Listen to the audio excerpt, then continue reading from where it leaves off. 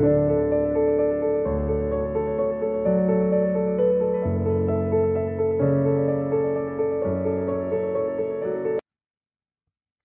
पिला माने तुमे सब भल अछ? आज्ञा सर मुई भल अछि। अच्छा पिला माने एई छबिटी लक्ष्य कर। एई छबि रे तुमे कोन देखुछ? सर एही छवि रे केतेक लोक नृत्य करूछंती। बहुत बढ़िया। एही छवि रे केतेक लोक नृत्य प्रदर्शन करूछंती। अच्छा पिला माने एही नृत्यटी ओडिसा केउ अंचल होइथिबो? सर एही नृत्यटी पश्चिम ओडिशार दृश्य भଳି लागुछि। आज्ञा एहा हेउची पश्चिम ओडिशार संबलपुरी नृत्य। अच्छा पिला माने वर्तमान एही मानचित्र को लक्ष्य रख। एही मानचित्र रे ओडिशार केउ अंचल दर्शाई अछि? सर एहा पश्चिम ओडिशा को दर्शाउछि। बहुत बढ़िया पिला माने एहा हमर पश्चिम ओडिशा को दर्शाउछि। अच्छा पिला माने देखि कहिबो पश्चिम ओडिशार प्रधान पर्वर नाम कोन? सर पश्चिम ओडिशार प्रधान पर्वर नाम नुआखाई। बहुत बढ़िया। हम ओडिसा रे बहुत गुडे पर्व पालन कराय।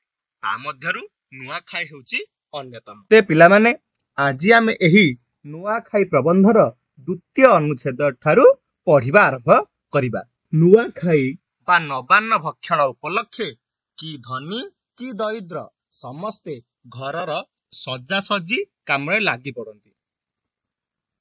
घरर मा झियो ओ बोहू माने ठाकुर घर ठारू आरंभ करी समस्त घर द्वार दांड पिढ़ा को लिपा पोछा करती। घरे व्यवहृत खट पीढ़ा डालाकुला लुगापटा बिछଣା पत्र डबा डबी आदि को सफा करी सजै रखती। पुर पल्ली ठारू आरंभ करी सहर जाए नर नारी माने दोकान बजार रे बिका किणा करिबारे लागि पड़ती। मिठा ओ पिठापणा पाई चाउल नड़िया घियो गुड़ जोगड़ा कर जाए। पूजा पाई धूप दीप कर्पूर वस्त्र ओ परिधान पाई नुआ लुगा किणा किणी रे गहली चहली जमी उठे। परिवा पत्र हाटरे लोक भिड़ हुए। नुआ खाई पूर्वरु लोक मानक भितरे आनंद ओ उल्लास भई रही थाए। प्रस्तुति भितरे समस्ते व्यस्त थिला बेले सेही आनंदर दिन नुआखाई आसी पहुंची जाए। से दिन सूर्योदय पूर्वरु समस्त नर नारी शଯ୍ୟା त्याग करी नित्य कर्म सारंती। समस्ते सफा लुगा पिंधि पूजा सामग्री सजाई रखती। घर मुखिया नुआ लुगा परिधान करी पूजा पाठरे बसंती। समस्ते नुआ लुगा पिंधती। पितृपुरुषों को पिंडदान परे नुआ धान केंडा ओ चूड़ा पिठापणा देवा देवी को समर्पण करी पूजा करा जाए। धूप दीप चंदन ओ कर्पूर बास्ना रे घर महकी उठी थाए। शंख हुलाहुली घंट घंटा नादरे घर ओ अगणा दुलुकी उठे। पूजा शेष रे घर समस्ते गोटे स्थान बसंती। देवी देवता पाखरे लगा जाइथिबा भोगरे नुआ चूड़ा घियो महू गोरस गुड़ ओ कदली मिसाई प्रसाद प्रस्तुत कर जाए। समस्ते पूर्व दिग को मुह करी बसी पत्र चौती रे बड़ा होइथिबा एही प्रसाद सेवन करथंती। देखुच ए पिला माने ए पत्र चौती को? आज्ञा सर। एथिरे विभिन्न प्रकार खाद्य सामग्री सजा होई अछि। तापरे सान माने बड़ मानकु मुंडिया मारी जुहार हुअंती। एहाकु नुआ खाई जुहार कुहा जाए। तापरे बड़ माने खाइया पाई बसी थांती। घरे तैयारी होइथिबा पिठापणा खीरीपुरी मिठा तथा भली की भली डाली तरकारी प्रसाद रूपे सेवन करी समस्ते आनंद उपभोग करथांती। बर्तन देखुच घर सदस्य माने समस्ते बसी खाद्य को आनंद सहकारे ग्रहण करछंती। तुमे सब खाद्य खाओ कि नहीं? आज्ञा सर। बहुत बढ़िया। तबे आगु चल देखिबा। आस जानिबा केतोटी नुआ शब्द। नवान्न शब्दर अर्थ नुआ अन्न बा वर्षरे प्रथम उत्पादित खाद्य शस्यरु प्रस्तुत अन्न जाहाकु ଅନୁକୂଳ କରି ଦେବାଦେବୀଙ୍କ ନିକଟରେ ଭୋଗ କରାଯାଇ ଖିଆଯାଏ। ଗୋରସ ଗାଈର କ୍ଷୀର। ଚଉତି ପତ୍ରରେ ତିଆରି ହୋଇଥିବା ଠୁଙ୍ଗା ବା ଠୋଲା। ଜୁହାର ପ୍ରଣାମ ବା ନମସ୍କାର। ପିଢ଼ା ବସିବା ନିମନ୍ତେ କାଠ ଧାତୁରେ ତିଆରି ଛୋଟ ଓ ଉଚ୍ଚ ଆସନଟିଏ। ମୁଖିଆ ଘରର ବା ଅନ୍ୟ କୌଣସି ସ୍ଥାନର ମୁଖ୍ୟ ବା ପ୍ରଧାନ। ବର୍ତ୍ତମାନ ପିଲାମାନେ ଆମେ ଯୋଉ ପ୍ରବନ୍ଧରେ କେତେକ ଯୁଗ୍ମ ଶବ୍ଦ ଦେଖିଥିଲେ, ଏଇ ଯୁଗ୍ମ ଶବ୍ଦ ଗୁଡିକୁ ବର୍ତ୍ତମାନ ଜାଣିବା। ଦେଖ କଣ କଣ ଲେଖା ହେଇଛି ଟିକେ ପଢିଲ।